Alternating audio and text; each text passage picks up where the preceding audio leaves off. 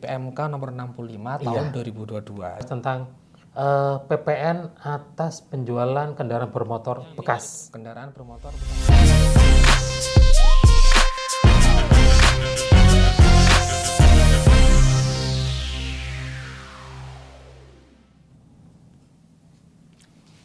Assalamualaikum warahmatullahi wabarakatuh. Waalaikumsalam warahmatullahi wabarakatuh. Selamat siang kawan pajak semua, ketemu lagi dengan kami tim penyuluh KPP Madya Jakarta Utara.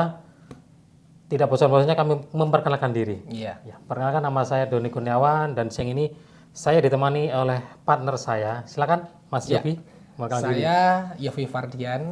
Ya, kami adalah penyuluh pajak di KPP Madya Jakarta Utara. Ya, siang ini kita mau bahas apa nih Mas? Nah, seperti yang kemarin-kemarin podcast kami masih seputaran tentang turunan Undang-Undang KPP ya, Mas ya, PMK itu kan banyak nih. Nah, sekarang sama juga nih, masih sekitar PPN. Tetapi untuk saat ini kita coba membahas tentang PPN atas penjualan kendaraan bermotor bekas. Kendaraan bermotor bekas. Bekas gitu ya. Jadi udah pernah dipakai gitu ya, Iya. dijual. Ya gampangannya inilah dealer mobil second, motor second gitu Mas ya. second, baik. Nah, ini lebih mengarah ke situ nih. Ya. Baik. PMK-nya PMK berapa ini Mas? Oke. Ya, untuk yang kendaraan bermotor bekas itu diatur di PMK nomor 65 tahun 2022, yaitu 2022. pajak pertambahan nilai atas penyerahan kendaraan bermotor bekas. Jadi baik kendaraan roda 4 maupun roda 2 begitu ya iya. Mas ya. Karena emang banyak Mas ya kalau kita apalagi di Jakarta ya, Jabodetabek lah ya. Iya. Kan banyak banget tuh. Kalau mungkin kawan pajak main di Raya Bekasi itu sepanjang jalan Raya Bekasi kiri kanan banyak banget tuh Mas. Banyak showroom ya, Mas. Iya benar, showroom tapi mobil bekas. Mobil bekas, Bukan mobil motor baru, bekas, mobil iya. bekas. Itu banyak banget. Nah, ini mungkin informasi yang kami sampaikan ini tidak sebatas pada kawan-kawan pajak yang terdaftar di KPP Madya Jakarta Utara Mas ya. Jadi Iya, ini betul, Mas. sifatnya umum nih ya. Jadi kalau kawan pajak yang terdaftar di KPP manapun gitu ya, mungkin di Bekasi nih karena banyak tadi ya. Silakan diambil manfaatnya apa yang kami sampaikan sekarang gitu ya. Iya. Nah, kita langsung aja nih ya. Tadi udah disampaikan sama Mas Yofi kalau kita saat ini siang ini akan membahas PMK 65. 65, Ya, 65. ya, tahun 2022. Apa sih objek PPN-nya nih, Oke. Mas Yofi? Oke, ya jadi gini. Objek PPN ini khusus untuk penyerahan kendaraan bermotor bekas. Iya, Ya, penyerahannya, bekas, ya, penyerahannya. ya. Yang ditekankan di sini adalah kendaraan bermotor Bermotor bekas, bekas, ya, ya. bukan baru ya. Kalau bekas ini di sini Baru bekas, ada lagi aturannya Mas ya. Betul, iya. Jadi, namun di sini Mas, di sini ada ketentuan khususnya bahwa kendaraan tersebut bukanlah kendaraan yang menurut tujuan semula itu tidak untuk diperjualbelikan. Ya, Oke. maksudnya kita beli sebagai inventaris gitu ya. Kalau misalkan itu WP badan biasanya kan untuk Operasional, personal, benar, bukan iya, yang operasional. seperti itu gitu. Jadi memang yang sifatnya motor bekas yang diperjualbelikan, Diperdagangkan, gitu gitu ya. diperdagangkan. Jadi emang seperti itu. beli, disimpan jadi stok, dijual. Dijual, betul. Ya, seperti itu. beli lagi, disimpan stok, dijual, nah, gitu ya.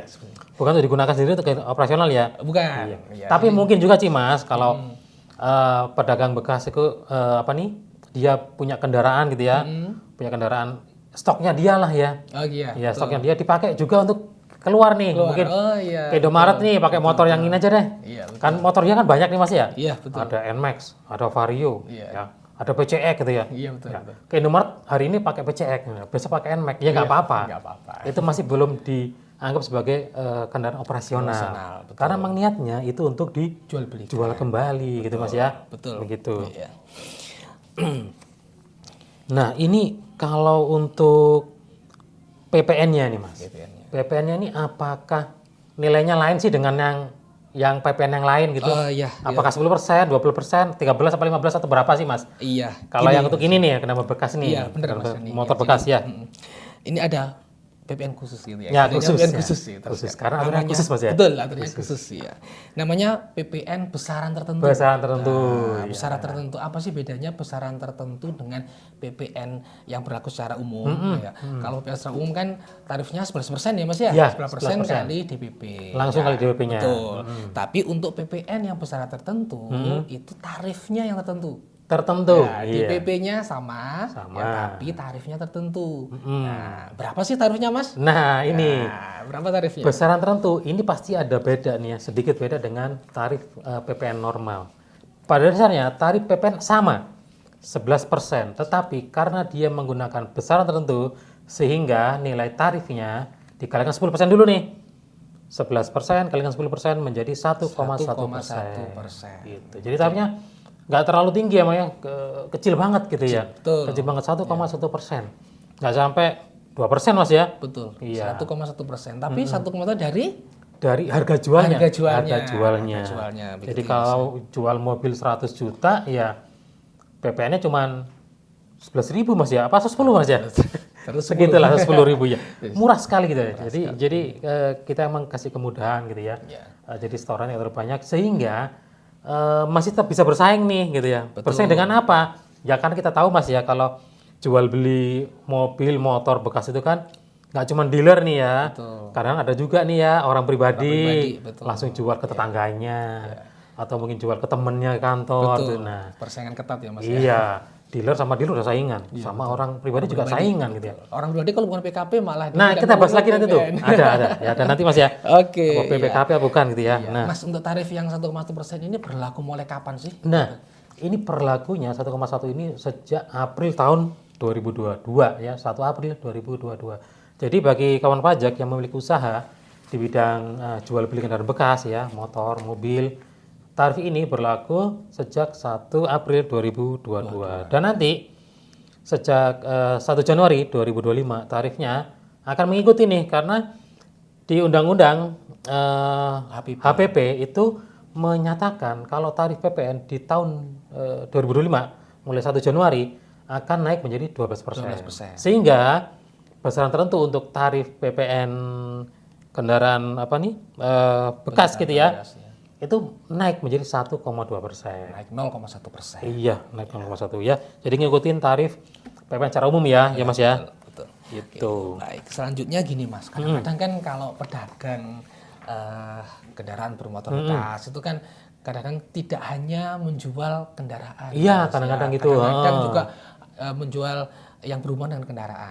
Misalkan nih Aksesorisnya, atau ya. mungkin buka salon mobil. Salon, Nah, iya. itu. Kalau kayak gitu perlakuannya gimana? Apakah yang jual aksesoris sama salon mobil itu sama-sama 1,1% tarifnya, Mas? Nah, ini ya, kawan pajak perlu diperhatikan ya.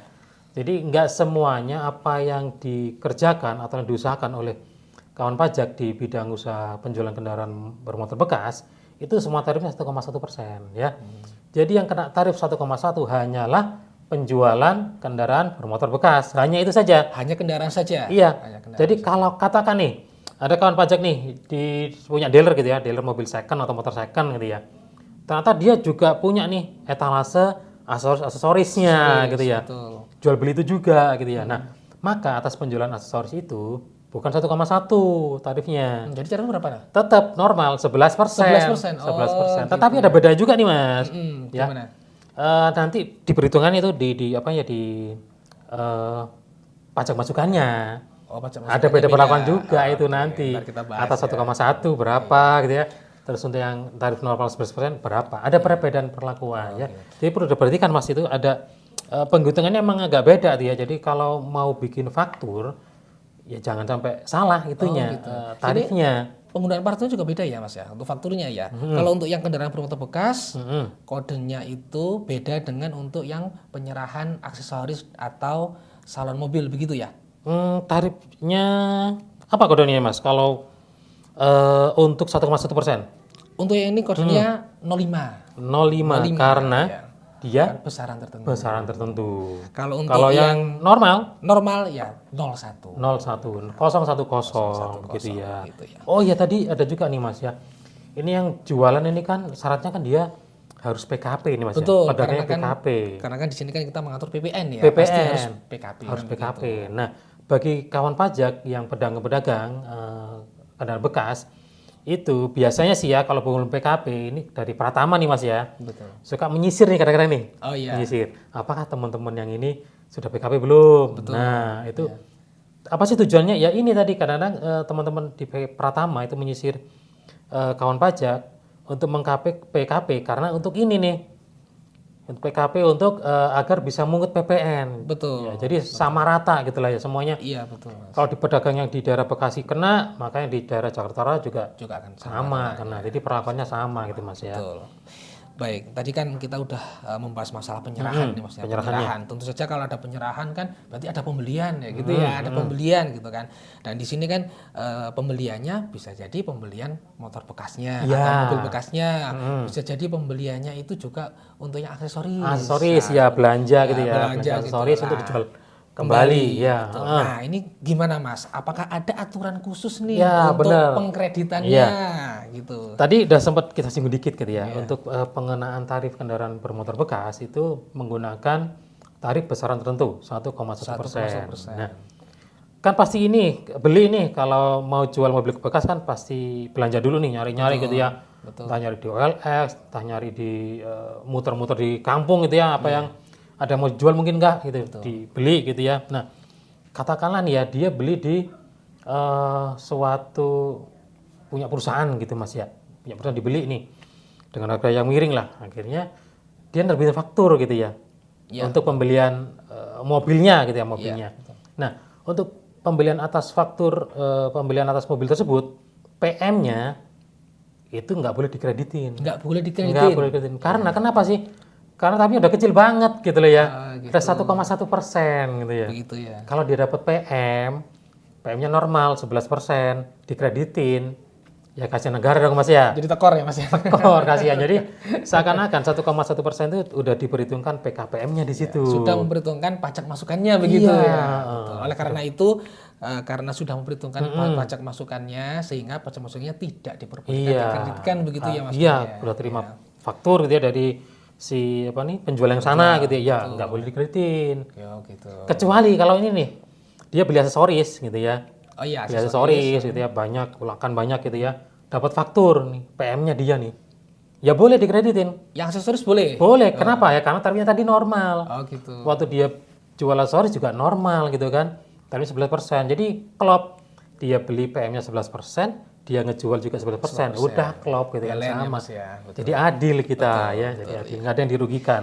Gitu. Tuh, jadi misalkan ini Mas, kadang-kadang kan pedagang itu kan selain jual mobil bekas, juga aksesoris. Terus dia bingung nih. Nah, nanti pengkreditannya gimana nih? Iya, karena udah nyampur ya Mas ya.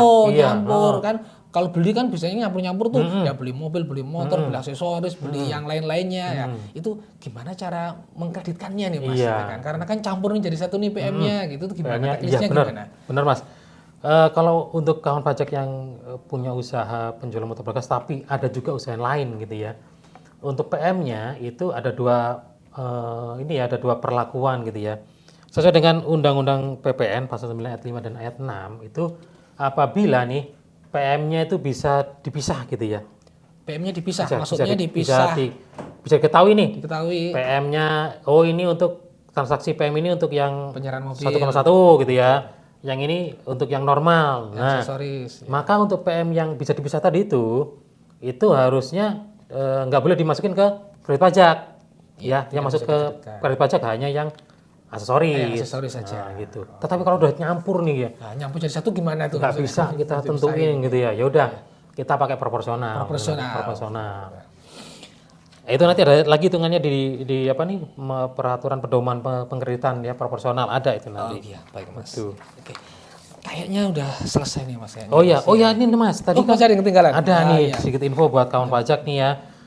Nggak semuanya yang jual kendaraan bekas itu kena ini juga nih ya, harus ngeluarin faktur 1,1 ya. Katakanlah nih ada nih tetangga kita jual motor gitu ya ke kita gitu ya. Terus tetangga kita bingung ini saya nerbitin faktur apa enggak gitu ya. Kenapa enggak gitu ya? Iya. Karena habis denger gitu nih ya, habis tahu informasi ini. Nah, ini perlu diperhatikan kawan pajak sekalian. Syaratnya ini adalah untuk orang-orang pribadi yang PKP. Yang telah dikukuhkan sebagai PKP. PKP, ya? Maka ada kewajiban sebagai PKP itu untuk mungut gitu ya, dan menyetorkan PPN-nya. Gitu. Nah, karena dia bukan PKP, jadi nggak ada kewajiban ini. Tidak ada kewajiban untuk memungut dan menyetorkan. Iya, lagian juga kan itu bukan barang dagangan dia kan, itu kan penggunaan pribadi itu Mas ya. Betul, bukan Jadi barang dagangannya. bukan barang dagangan. Ya, betul. Jadi dua unsur nggak terpenuhi ya udah nggak usah bikin faktur untuk penjualan motornya gitu. Betul gitu Mas ya. Jadi nggak perlu takut ya untuk orang-orang pribadi yang di rumah yang mau jual motornya atau mobilnya. Jangan-jangan kena ini aku nanti ini ngejual mobil gitu ya. Padahal bukan PKP. Iya, enggak perlu Bukan khawatir. PKP. Ini hanya untuk PKP ya, pedagang PKP saja gitu. Oke, kayaknya udah selesai ya Mas ya. Oh iya, dan jangan lupa dilaporkan di SPT Mas ya. Oh iya, betul. jangan Ya, lupa. pastilah ya. Habis mungut setor ya udah dilaporkan ke SPT Masuk PPN.